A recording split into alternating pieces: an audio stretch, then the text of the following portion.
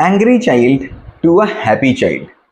हर parent चाहता है कि उसका बच्चा एक एंग्री चाइल्ड से, एक गुस्सा करने वाले बच्चे से, एक हैप्पी चाइल्ड, एक खुश बच्चा और एक काम चाइल्ड, एक शांत बच्चा बन जाए।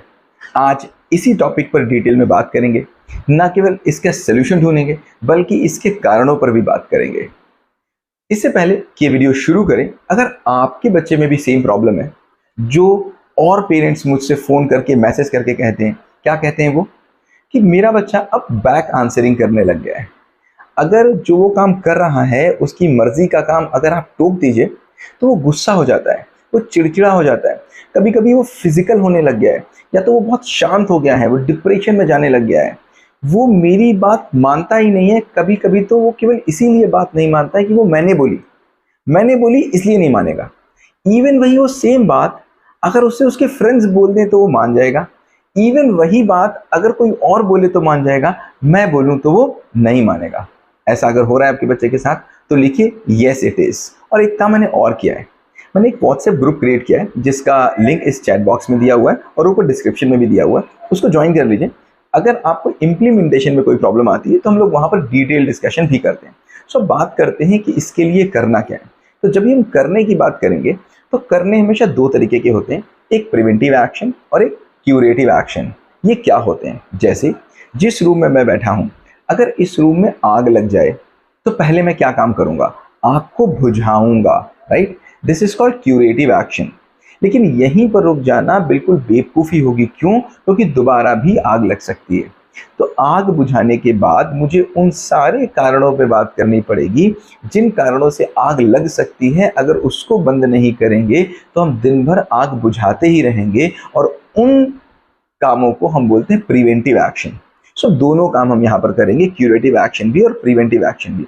सो प्रिवेंटिव एक्शन के लिए मुझको जड़ में जाना पड़ेगा। तो आओ पहले समझते हैं कि मेरा बच्चा आखिर गुस्सा हो ही क्यों रहा है, क्या ऐसी गलती हमसे हो रही है। क्योंकि जब बच्चा पैदा हुआ था, मेरे पास आया था, छोटा सा बच्चा मुझे मिला था, तब तो वो गुस्सा नहीं होता था।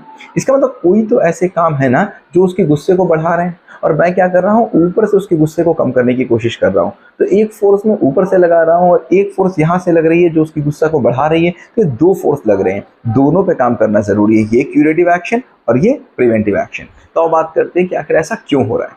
तो मानिए आपका पड़ोसी दिन भर आपके अगेंस्ट रहता है। दिन भर जो आप बोलोगे आपका पड़ोसी आपसे अगेंस्ट ही बोलेगा हर बार। तो बताओ आप उससे खुश होगे कि नाराज होगे? नेचुरली नाराज हो जाओगे। कितना? बहुत नाराज हो जाओगे। फिर अगर उसकी शक्ल देखोगे तो कैसी फीलिंग आएगी? नाराजगी की फील आएगी। कुछ कुछ ऐसे ही आप अपने बच्चे के साथ हो चुके हो। आप चाहते हो आपका बच्चा इसलिए आपकी बात मान ले क्योंकि आप उसके लिए कुछ अच्छा बोल रहे हो। ये बात किसको पता? ये बात आपको पता, बच्चे को तो नहीं पता ना। आप उसके लिए अच्छा बोल रहे हो तो आपको पता, तो आप फॉलो करो। बच्चा जब बड़ा हो जाएगा, खुद पिताजी बन जाएगा, तब उसको पता चलेगा ओहो ये तो मेरे पिताजी अच्छा कर रहे थे, तब जा करके आपसे थैंक यू बोलेगा और अपने बच्चे से फिर लड़ेगा। ऐसे ही हर जनरेशन में लड़ाई हो रही है। आप चाह रहे हो आपका बच्चा आपकी बात इसलिए मान ले क्योंकि आप उसके फ्यूचर के बारे में सोच रहे हो, आप उसका फ्यूचर अच्छा बनाना चाह रहे हो। उसको पता ही नहीं उसका फ्यूचर, वो क्यों ही आपकी बात माने। वो कह रहा है भाई तुम कुछ कर लो तो कर लो, मैं क्यों ही करूं, मुझे अपने फ्यूचर की परवाह ही नहीं।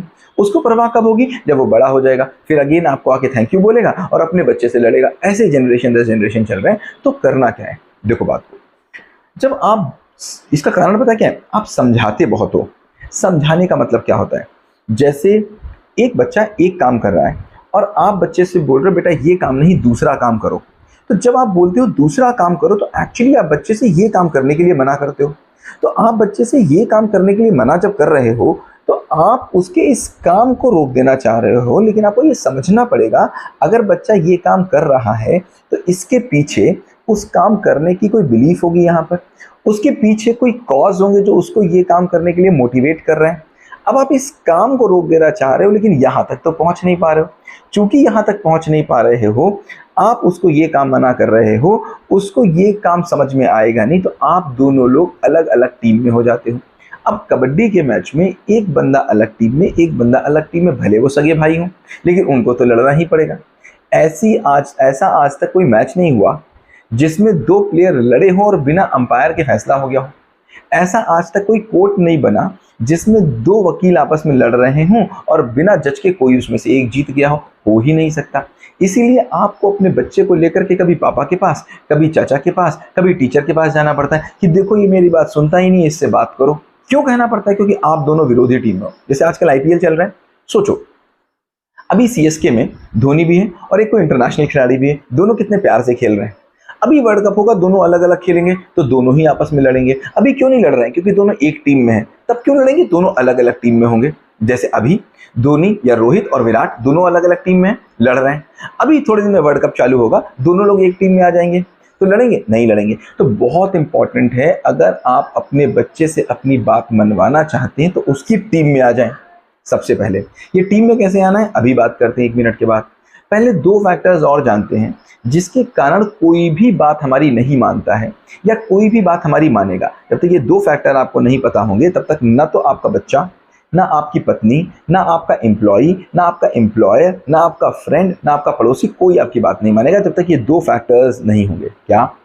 पहला फैक्टर क्या है कि आप उसकी टीम में होने चाहिए। जैसे फॉर एग्जाम्पल, आप अपने घर में, अब बाथरूम बन रहा है आपके और आप टाइल्स पसंद कर रहे हैं, टाइल्स देख रहे हैं, सब लोग बैठे हुए हैं, सारे 5-7 लोग बैठे हुए हैं घर के और सब लोग टाइल्स पसंद कर रहे हैं, ये टाइल की, ये टाइल की, सबके सजेशन ले रहे हैं। तब तक बीच में घंटी बजी और घर पे कोई सामान बेचने आ गया, या मान लीजिए पिज्ज़ा डिलीवरी वाला आ गया और उसने देखा कि आप टाइल पसंद कर रहे हैं। जब तक आप उसको पैसे देते तब तक वो कहने लगा, सर आप ये वाला टाइल लगवा लीजिए, ये टाइल बहुत अच्छा होता है। क्या आप उसकी बात मानोगे? नहीं मानोगे ना। क्यों?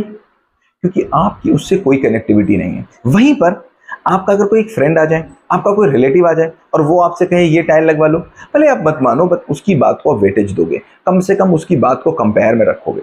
वहीं पर सोचिए, ये तो कौन सी बात हो गई?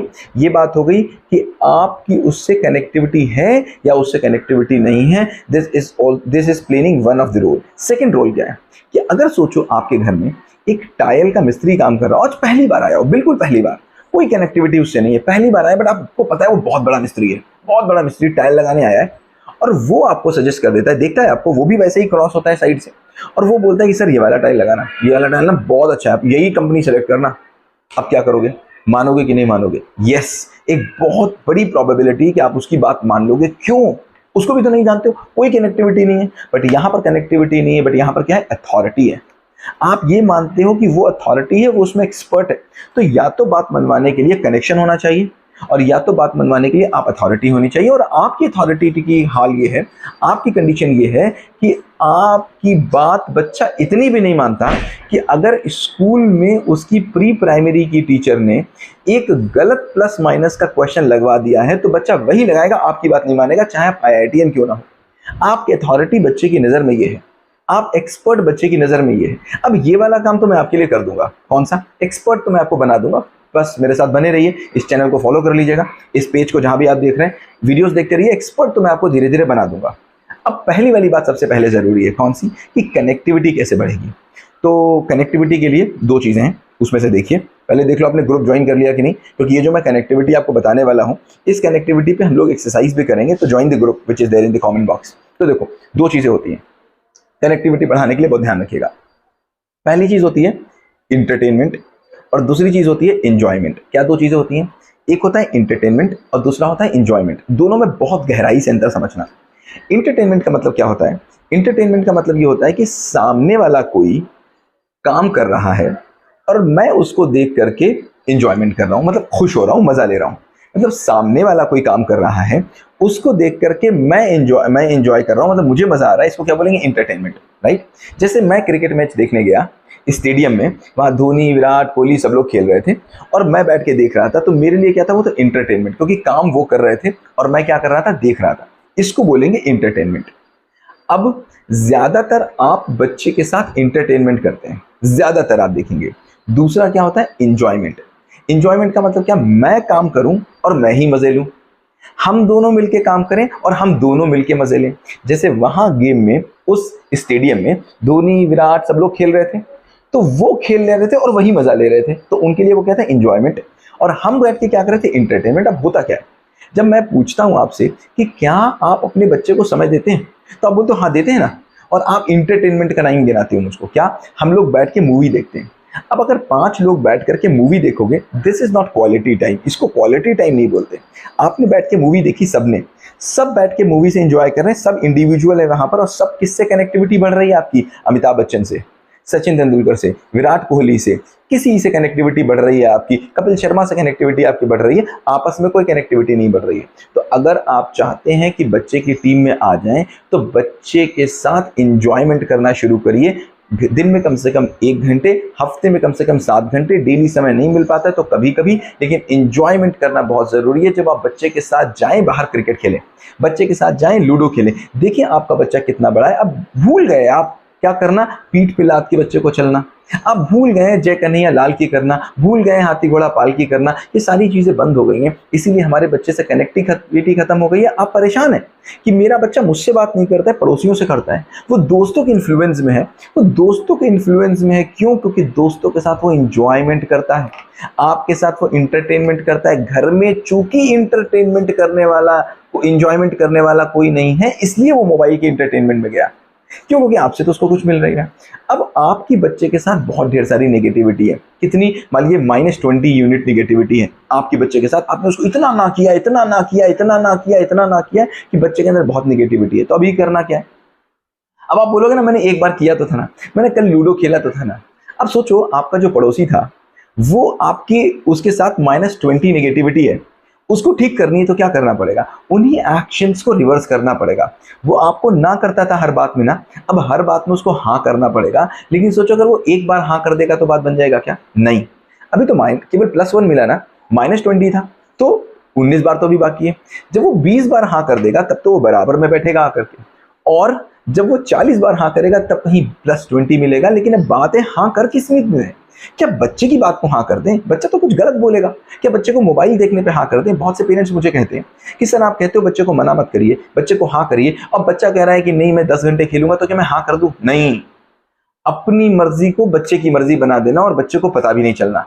बच्चा वही बोले जो आप कहना चाह रहे हो, दैट इज कॉल्ड अपनी बात को मनवा लेना। बट ये सेकंड स्टेप है, इसको हम लोग आगे सीखेंगे, अगले की वीडियोस में सीखेंगे। अभी के लिए आप इंटरटेनमेंट और एंजॉयमेंट मंत्र समझिए। पहले कनेक्टिविटी बढ़ाइए, जैसे ही आपकी कनेक्टिविटी बढ़ेगी मैं आपको बताऊंगा आगे की स्टेप्स कि आगे की स्टेप्स में अपनी बात को उसकी बात से मनवा कैसे लेना है। फिर देख लीजिए कि आपने व्हाट्सएप ग्रुप ज्वाइन किया कि नहीं ज्वाइन किया। कमेंट करिए अगर आपको ये वीडियो ठीक लगा, अच्छा लगा, क्या अच्छा लगा, और कोई और क्वेश्चंस है आपके बच्चों से रिलेटेड कि सर इस चीज़ पे थोड़ा सा और बात करिए, then I will be talking on that matter also. What do I want? I want कि इस कंट्री में ना पेरेंटिंग अच्छी होनी चाहिए।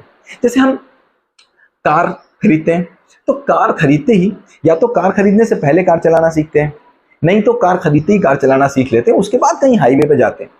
हम अगर वॉशिंग मशीन खरीदते हैं तो पहले वॉशिंग मशीन चला के देखते हैं, चला लेते हैं, फिर पूरी full of washing machine use करते हैं। बट ना पेरेंटिंग में ऐसा नहीं है। बच्चा मेरे पास आ जाता है, हम बच्चे को चलाना शुरू कर देते हैं, कोई मतलब नहीं मुझे पेरेंटिंग आती है कि नहीं आती, और सारा का सारा दोष बाद में बच्चे को ऊपर मर देते हैं। मेरा तो बच्चा ही ऐसा, बड़ा सॉफ्ट टारगेट है ना बच्चा, छोटा सा बड़ा सॉफ्ट टारगेट है, कुछ भी कह लो, क्या उसको पता है। जिस दिन वो बड़ा होगा ना, बड़ा होता है, उस दिन वो जान पाता है कि क्या मेरे साथ हो गया, क्या कर दिया गया मेरे साथ। आपके छोटे छोटे से एक्शंस बच्चे के अंदर बड़ी बड़ी कमियां पैदा कर देते हैं। और बुरी बात क्या है, हम मानना ही नहीं चाहते, हम जानना ही नहीं चाहते। हम कह रहे हैं ना वो सदियों से चलता रहा, मैं वैसे ही करूंगा। You have to see the psychology of the kids, learn करना पड़ेगा, सीखेंगे हम लोग, बहुत डिटेल में सीखेंगे, 1 by 1 वीडियो हम लोग सीखेंगे। अभी जो वीडियो आप देखते हैं प्लीज उसका इंप्लीमेंटेशन जरूर करिए। Thank you so much, have a great day ahead.